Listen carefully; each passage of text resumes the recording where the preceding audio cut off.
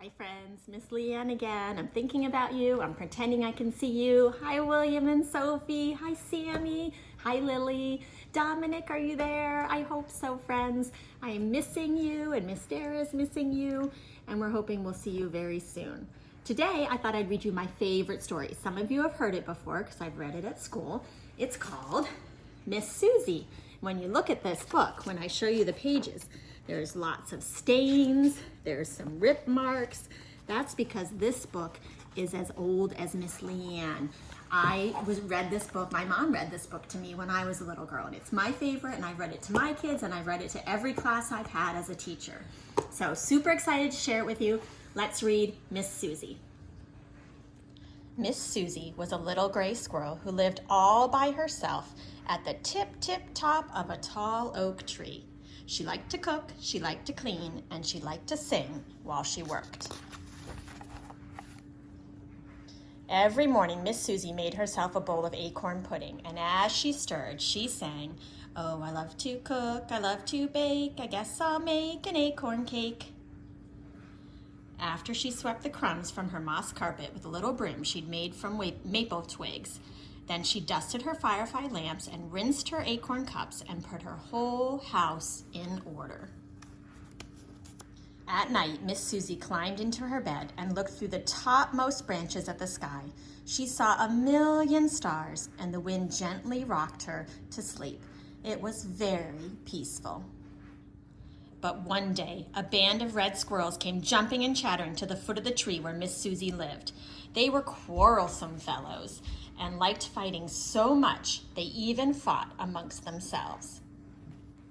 Miss Suzy did not see them because she was in her kitchen, and she did not hear them because she was singing, "Oh, I love my house, oh yes sirree, my own little house in my own oak tree." She was just putting her cake in the oven when she looked up and saw a lot of strangers in her doorway. 1, 2, 3, she counted. 1, 2, 3 more. 6 red squirrels. They chased her out of her little house. They broke her broom and threw out her acorn cups. Then they ate her whole supply of winter nuts. Poor Miss Suzy, she didn't know where to go. And as she stood wondering what to do, it began to rain. She scampered up the nearest tree. It was a maple standing beside an old house. She ran out onto a branch and dropped to the roof. The rain came down hard and her fur was all wet. Shivering and cold, Miss Suzy scrambled down the chimney of the old house and out of a hole in the chimney and into the attic. There in the dusty, quiet attic, she saw a beautiful dollhouse. It was big enough for a whole family of dolls. She knocked at the door. There was no answer, so she peeped inside. "My, what a lovely house," thought Miss Suzy. "It is fit for a queen, but it needs a good housekeeper, so it's just the place for me." The flowered carpets were covered with dust, and cobwebs hung from the gold chandeliers. There was dust on the black iron stove in the kitchen and on the piano in the parlor. There was even dust on the china cupboard in the closet and a spider web on the dishes inside.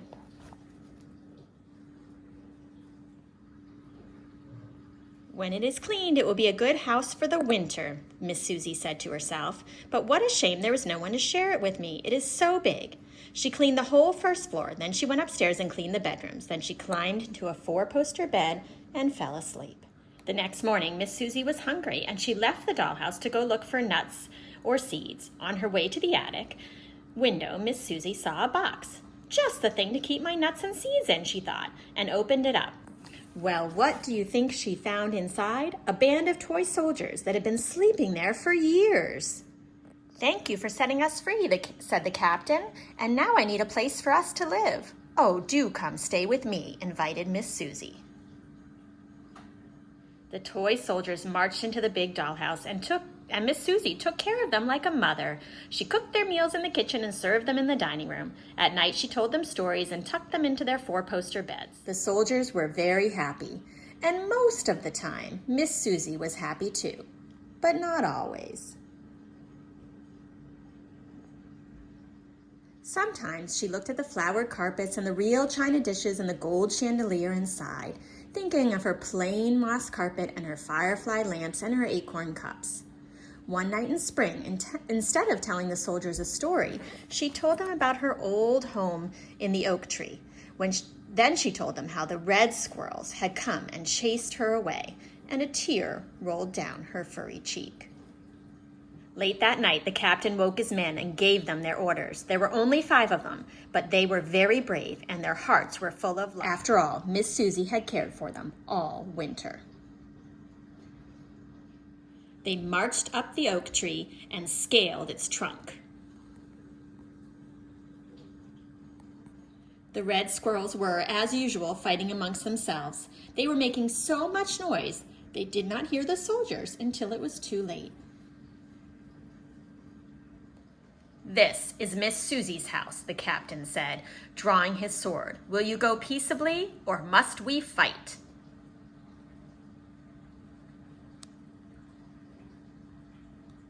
The red squirrels looked at the soldiers with their shiny swords and brave faces, and one by one they scurried headfirst down the tree.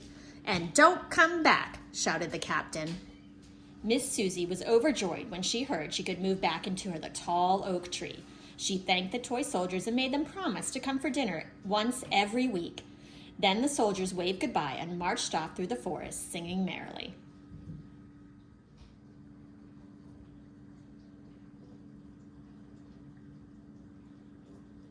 Miss Suzy had to work hard to make her old home as neat and cozy as it had been before, but she didn't mind. She made a new moss carpet and a new broom and gathered fresh acorns for cups and caught 2 fireflies for her lamps. At last, she had everything in order. That night when she went to bed, she was very tired, but she looked through the branches and she could see 1,000,000 stars. The wind blew gently and rocked the tree like a cradle. It was very peaceful, and Miss Suzy was very happy once more.